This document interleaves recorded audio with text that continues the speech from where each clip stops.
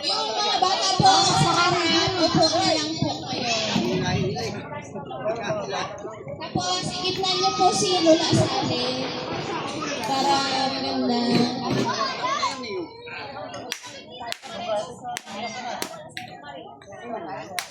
Yung mga bata, Ate Chen.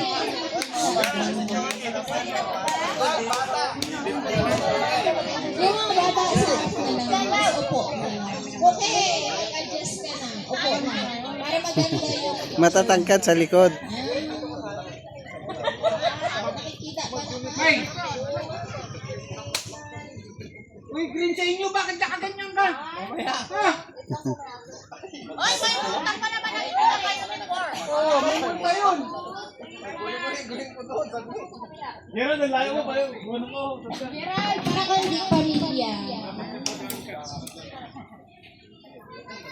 Ay,